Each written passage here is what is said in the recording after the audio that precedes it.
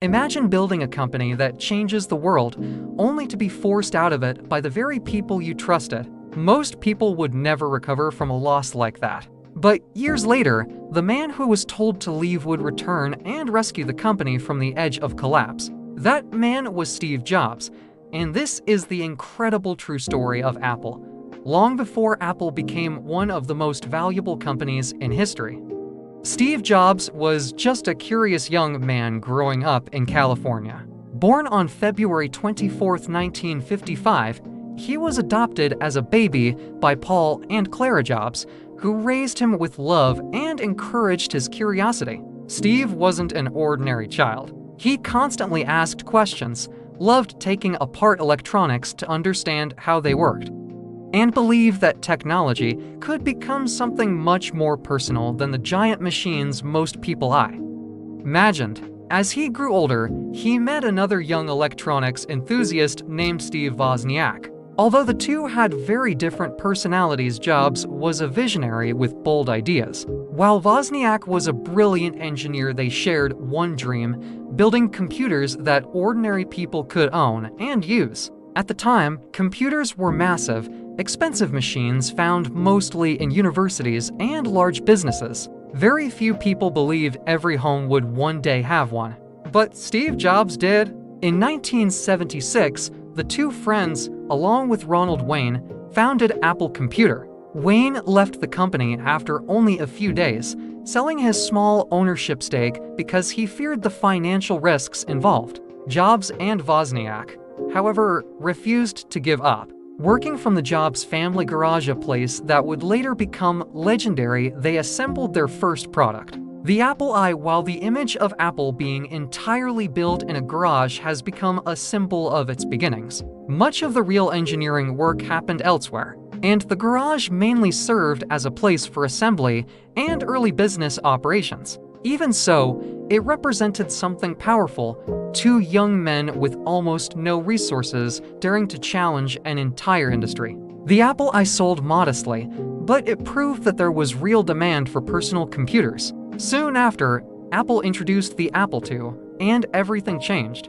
Unlike many computers of the time, the Apple II was designed for ordinary people, featuring a plastic case, color graphics, and ease of use that attracted families, schools, and businesses alike. Sales exploded, and Apple quickly became one of the fastest-growing companies in America. Steve Jobs was only in his 20s, yet he had already become a millionaire. For many people, that would have been the end of the story. But Steve believed Apple could become much more than a successful computer company. He wanted technology to be beautiful, simple, and accessible to everyone. As Apple continued growing, Jobs pushed his teams relentlessly, demanding perfection in every detail. His leadership inspired many people, but it also created tension. Some admired his vision, while others found him incredibly difficult to work with because of his intense expectations and uncompromising standards.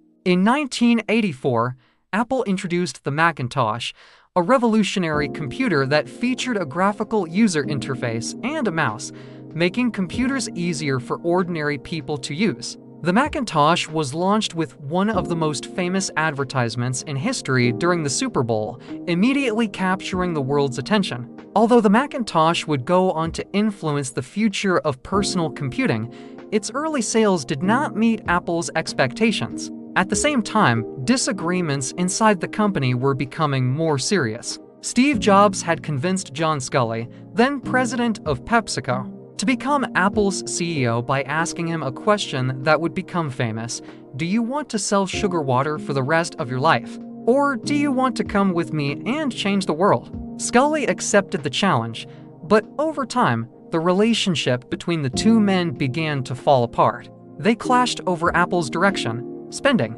and leadership. The conflict grew until Apple's board of directors was forced to choose between them. In 1985, just 9 years after helping create Apple, Steve Jobs was removed from the company he had built. The moment was devastating. He later admitted that being fired from Apple felt like losing the purpose of his life. The dream he had dedicated nearly every waking hour to had been taken away. For months, Steve struggled to understand what had happened.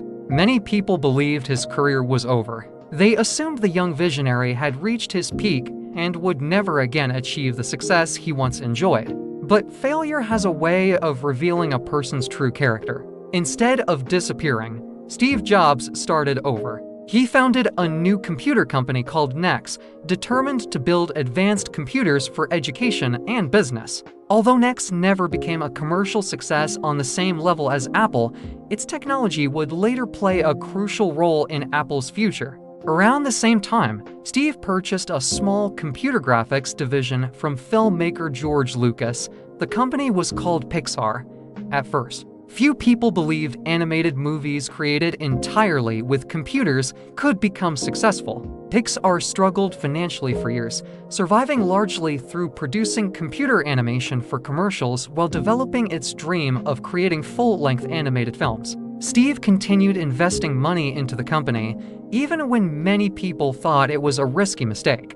Then, in 1995, everything changed. Pixar released Toy Story, the world's first fully computer-animated feature film. It became a massive success, transforming Pixar into one of the most respected animation studios in the world and proving that Steve Jobs could build another revolutionary company even after losing Apple.